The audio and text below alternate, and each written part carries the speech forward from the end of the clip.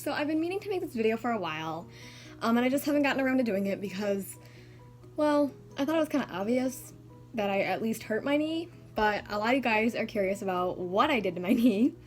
And for those of you following my Instagram, you have a slight idea, but you don't have the full story. So today we're going to talk about what happened to my knee. So between dinner and the dance, they give us like an hour or so to take photos and basically just enjoy time with your friends. And the whole time I had a lot of fun. We went outside because it had finally quit raining, and I took photos with my friends. I even got in the group photo we took inside, and it was just a great time.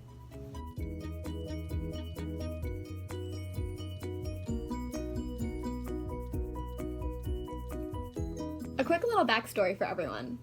I fall over pretty regularly, and everyone just thinks it's because I'm clumsy, but actually my knee joints randomly give out. Other than the fact that I fall over, I usually am never hurt afterwards. So keep that in mind while we go through this story. So approximately 10 minutes into the dance, after like the first couple of dance songs have gone, I'm dancing with my friends and having a great time, and I collapse. Okay, no big deal. Until I try to get up again and my knee is in extreme pain. So I managed to get myself to a chair, and I'm sitting there thinking, well, it's probably nothing bad. I probably just sprained it. I'll sit here a while. I'll be able to go to IHOP with everyone else. It's not a big deal. But when I realized it was really starting to hurt and I couldn't move it, and the swelling was pretty impressive, I texted both my parents and said, hey, I blew my knee out. I think I might stop at the ER on the way to IHOP. And my mom said, why don't you just come into the ER? I'll look at it. It's probably not a big deal, but just, stop in. Because my mom works as an x-ray tech. And her plan was to take a look at it. It's probably going to be nothing. And we'll just go from there. So I managed to get to the ER. My friend drove me. This is where I give a shout out to my amazing friends who made it possible for me to get to the ER. Thank you to both Zoes. One of them is the one who drove me. The other one is the one who kept track of all my stuff that I ended up leaving at the dance when I went to the ER. And also a huge thank you to the guys who carried me out because it was down 2 flights of stairs and I felt really bad. And I honestly can't thank you guys enough. Bailey and Shane, a big thank you to you guys. So I get to the ER, and my mom meets us at the entrance. She thought I was overreacting, which, to be perfectly honest, I'm a very overdramatic person. But she noticed how swollen it was and the fact that I couldn't stand up, and it had only been an hour since I had actually hurt my knee. And so she decided to check me into the ER and just get it looked at. So after getting an x-ray, the radiologists, the people that read the x-ray, decided that they weren't entirely sure what was wrong. So they had a CT done, and after the CT, the diagnosis was a non-displaced patellar fracture, meaning they thought I broke my kneecap itself.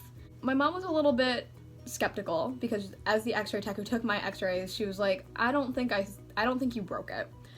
But they also decided that they wanted me to see an orthopedic surgeon to get a further and more thorough diagnosis. So I went to the orthopedic surgeon, and he basically told me, we can't really tell a lot about what you did to your knee without an MRI scan done.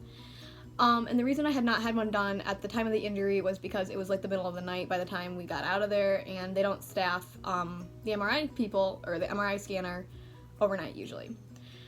So he said to get the MRI scan done, and he kind of told me, like, you can walk on it with or without the brace, and with or without the crutches. It's up to you as long as you're comfortable. So I pretty much took that to Liberty. 5 days later, after my knee, I was walking unassisted without my crutches. I also rode like once or twice in that period too. Probably not the most brilliant idea I've had, but I mean, you can't really keep me off a horse for that long. So on May 14th, I went in for my MRI scan, and by then, I was walking with my brace on without the crutches, and I still could not bend my knee. And the orthopedic surgeon had given us a general idea of what he thought I did to my knee. He thought I dislocated it and then tore the surrounding soft tissue structures, which, that sounded really likely because I remember hearing an audible pop when I fell. So on May 21st, 2019, I went back to the orthopedic surgeon for the results of my MRI scan. And I was really hoping that I would just be told I would only need like a couple more weeks in the brace and then I could start physical therapy and then I could be done with this. The news I got was the news no one wants to hear. The news I got was, you're going to need surgery. This is really funny because I've never hurt myself to this extent riding horses, and I've been riding since I was really little.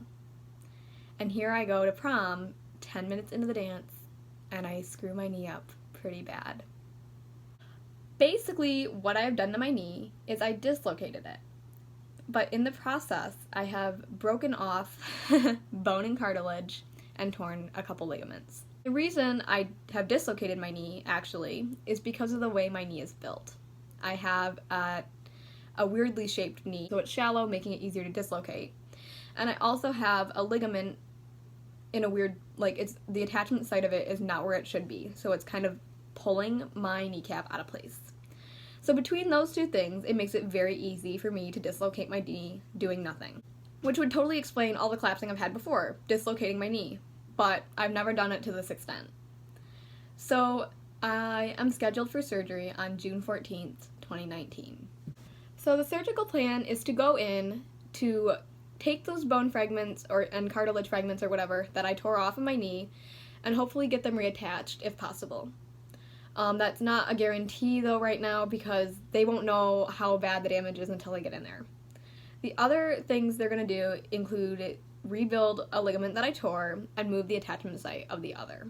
Now, they aren't sure they'll be able to do all of this because they don't know how badly I've damaged it because an MRI and a CT and an X-ray only show so much. So hopefully, I'm hoping that they're able to do everything that they want to. Well, the initial recovery from surgery will be, I believe, 8 to 12 weeks on crutches. So until my surgery, I'm going to be riding still and playing with my ponies and just enjoying the little bit of freedom I have left. Because after surgery, like I said, I will be on crutches for 8 to 12 weeks or so. And that means no riding for 8 to 12 weeks. I just wanted to say thank you guys for all the messages and all the comments and all the nice things everyone has said and the support because that means a lot. Yeah, that's what happened to my knee. So the lesson here is, kids, don't go to prom. And if you go to prom, don't dance. Hope you guys have a great day or night, whatever time it is, and thank you so much for watching.